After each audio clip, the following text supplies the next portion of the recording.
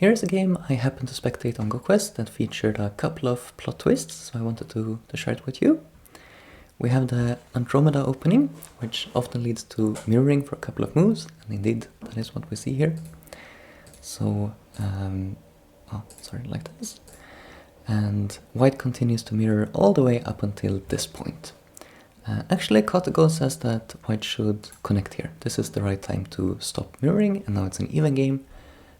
White continues a little bit longer, which is a small mistake, but not game losing. Black captures, and now it's quite clear that white can't continue to mirror, because e5 is just way too good. The way that both these two stones and this one stone is cut off means that black is ahead here.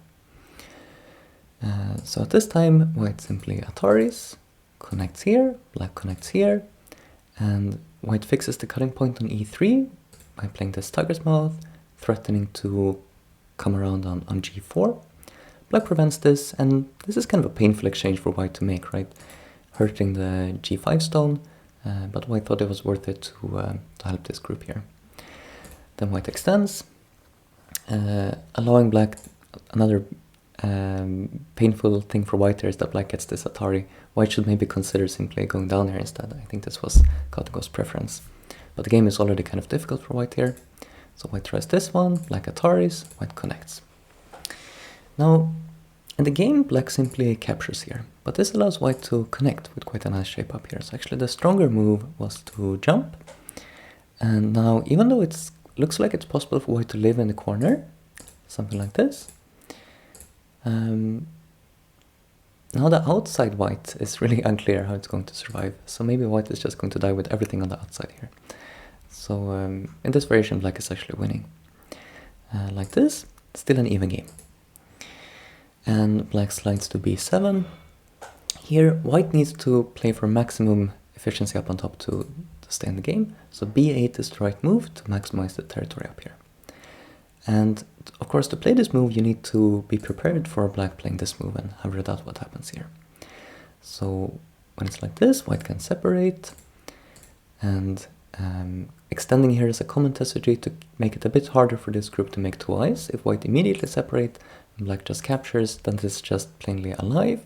But when white goes down like this, you might see something like, let's just say, like this variation, where, okay, black can live on top, but at least black needs to spend like another move to live. And something that's important in this variation is that if white gets cut here, white maintains the option with this lower group to live in this way. And of course there's other things going on. We also have the top left group that could maybe be killed here, but I just want to highlight this option that white has of living in the lower right corner.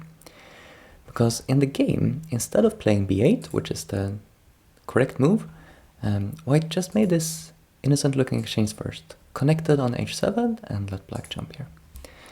And you could question this move just in terms of point value. It seems like the point value of h7 is not as good as the point value of g2, but it's even worse than that.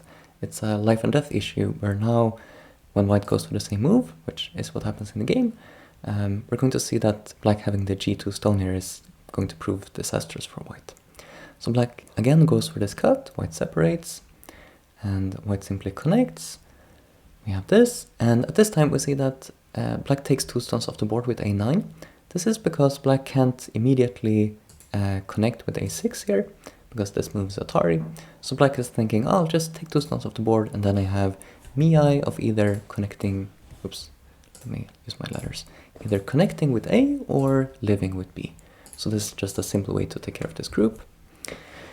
And black is hoping that white is going to be forced to connect on e7. But white thinks that is not going to be enough for points, so white goes more aggressive and separates black, trying to force black to live here before connecting. Or maybe if black lives, white is going to first play some forcing moves against the lower left. However, black now takes the chance to cut, and actually this is not going to be a good capturing race for white. White can only hope to kill either the lower left or upper left, but since white's group doesn't have that many liberties, this is actually not going to work, or it shouldn't work. So white separates here first, and we see how g2 is really annoyingly placed, right? If g2 wasn't there, white could jump to h3 no problem and be alive, but That's not how it is. So white instead goes after this group. Black simply plays b2. Now there's actually no way to kill this group. Locally, you could kill it like this. But the problem is that with g2 here, black captures, and if white throws in, black connects out. So again, g2 is there to ruin the day for white. So, okay, white has to give up on killing this group, and the last hope is instead killing the top left. And we're in a capturing race. Black has an eye, white has no eye, so that means that the shared liberty on c7 is going to count for black. So black is advantageous in this capturing race. And if black simply plays in this way, there's no way for white to win here. White can throw in, black plays here. Let's say white goes here, here. Now you see that white cannot Antari on c7. So the eye makes all the difference. However, in the game, instead of playing a5, black played g3. And quite often it seems like surely a5 is going to be black's center later anyways. But actually, it's only center at this exact time. Black can't postpone playing this move.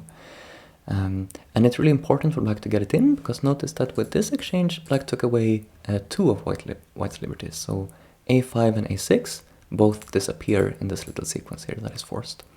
Whereas when black plays here, that's only 1 liberty taken away. And now white plays here, black plays here, but now white doesn't have to play a6 anymore. White can just connect, black connects, white cuts here, and now it's not possible for black to save these 2 stones. We see that if black cannot play c9, self-Atari, and if black captures here, white here, and it's a connect and die. So this is obviously devastating to black. Black was hoping to kill this big group, but it didn't work out. Black messed up a bit here, and white was able to capture 2 stones. So in this position, black resigned, and white won the game.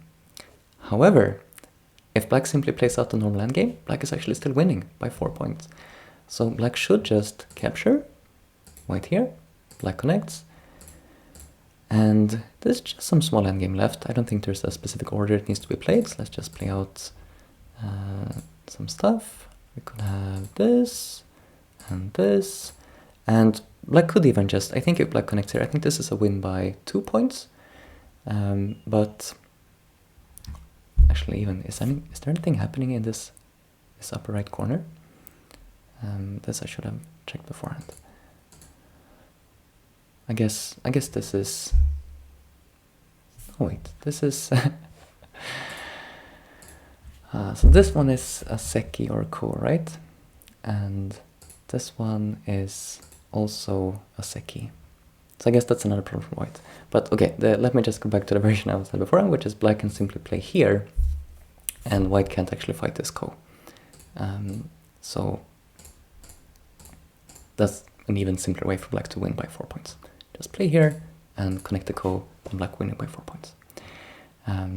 So the sort of takeaway is that even if you feel like you messed up, you didn't achieve what you wanted, don't resign before counting and making sure, because sometimes you're still winning.